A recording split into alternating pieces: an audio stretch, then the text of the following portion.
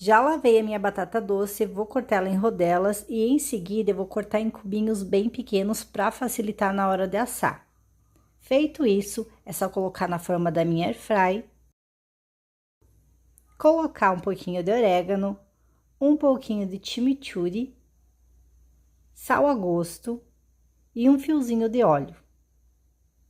Vou mexer para misturar bem. Esse processo é legal da gente fazer, porque aí depois que assar, não precisa temperar, porque já está temperado. Levar para assar em 200 graus por 30 minutos.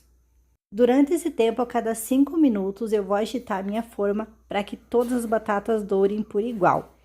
E aqui estão as nossas batatas doces bem sequinhas, bem crocante, perfeita para o almoço, para o jantar, para o lanche da tarde ou para mandar na lancheira das crianças.